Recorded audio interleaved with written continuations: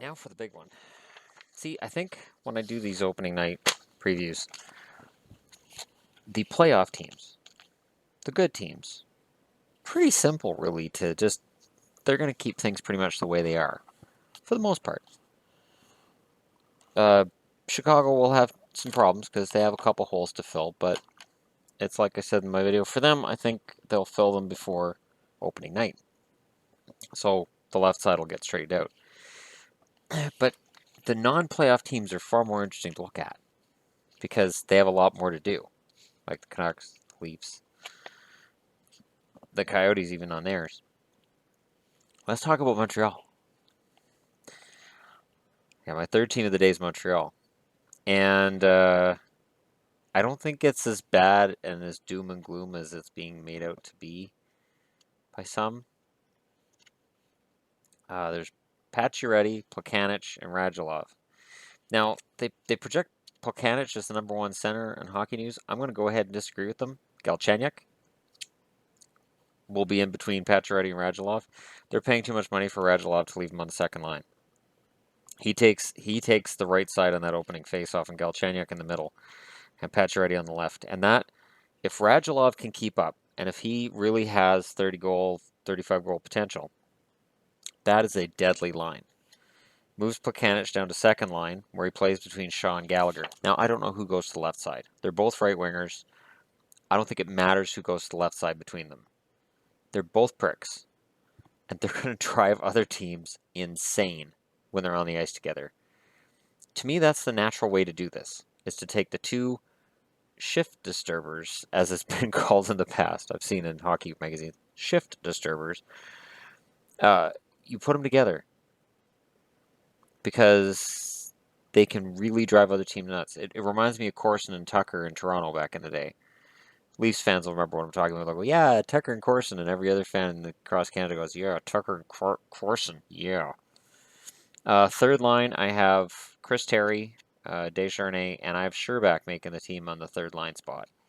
Because, let's be honest, Montreal needs to inject some new blood.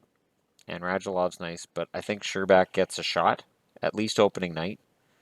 They didn't sign Terry as a free agent to drop him in the minors, and I think he makes the team. It doesn't hurt them. On the fourth line, I have Danault, Torrey Mitchell, and Flynn. That's not a bad fourth line. A lot of it depends on, I mean, is Danault an NHL level guy? Did they get him from Chicago because he's French? Or did they get him because they generally think he's going to be an NHLer? Which is it? And it's a tough call. McCarron and Andrighetto are my extra forwards in Montreal, this, at least for the opening night. I think McCarron is another guy who could develop into a shift disturber, from what I've read anyways. And it would save him from, some people want to label him as a bust already, and I think it's a bit early to label a kid as a bust. And Andrighetto, I saw him in a couple of games last year, and he looked really good. I was really, taken aback because nothing was really said about him before then, but he looked really good. And I think a bottom six spot for him would be fantastic. So we'll see how it shakes out. I could see him replacing Danault in the opening late lineup, put it that way. But again, that involves moving a guy over to the left side. It can work, but you have to move a guy out of his natural spot to the opposite side, so it's tricky. Blue line. Oh, who's that new guy on the Montreal blue line? Yannick Weber. No. Derek Morris. No, that's not it. Shea Stadium. Shea Stadium will be the number one defenseman, and that will upset people. But Weber is fantastic, and I don't get the hate, but that's me. I don't think his best years are behind him either. I mean, I say as a Bruins fan who watched Chara have his best season when he was 35, and he was getting slaughtered at Weber's age. At Shea Weber's age, Chara was being written off as he's past it. He's not worth the money, and this guy's done. And what the hell were the Bruins thinking? Picking him up on that free agent deal looks terrible. And magically somehow it worked out. So Weber and Markov are your top two. Petrie and Beaulieu are probably 3-4, although Emelin,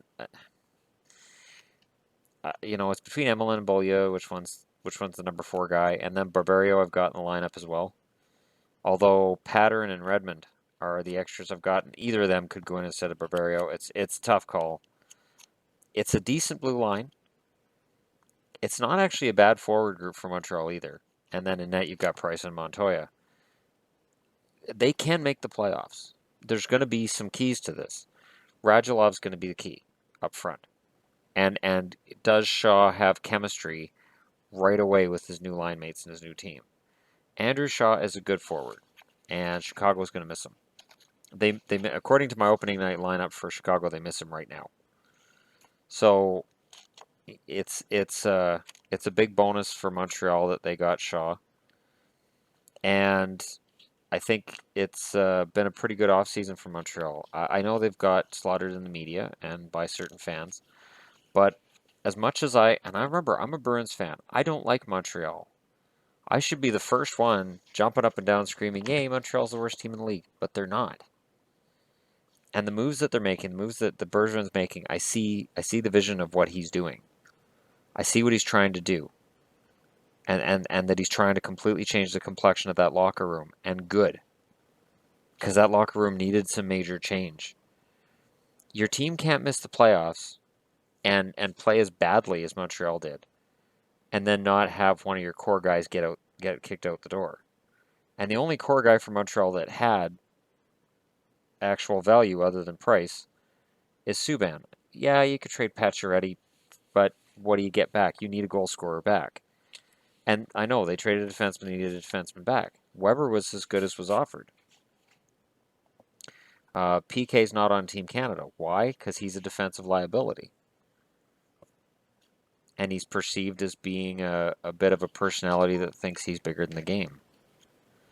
Whether that's true or not, it doesn't matter. The perception's out there.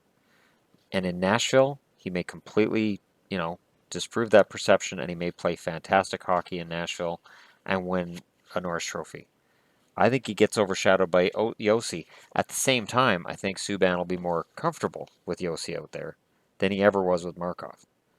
And I think for Weber, I think being the key guy again, I think that'll inspire him to play a better game. I think it'll bring out the best in Weber. I think it's a good trade for both teams. And I like Montreal's lineup. I'm not going to cheer for the Canadiens, but I like their lineup. I like what they've done. And Montoya's definitely an upgrade in the net for backup. I like Condon, but Condon is fringe NHL, and Montoya is legitimate NHL backup. Tokarski should have been, but Tokarski took some major steps backwards, and yeah, that's made a big difference. So I guess we'll see, but that's my Montreal preview, and yeah, I mean, outside of McCarron and potentially McCarron and Sherback, I don't see any rookies that are ready to step in. But that as well is a statement about the fact that Montreal does have a lot of good veteran depth, and they don't need to react and throw in a bunch of kids and throw them to the Wolves. So I guess we'll see. Anyways, those are my 3 previews for today. Kept them short and sweet. Not due to any intention of any sort that way, just sometimes I'll have more opinions on things and sometimes I won't. So thank you very much for watching, and tune in again tomorrow. Don't forget to hit like and subscribe and tell your friends.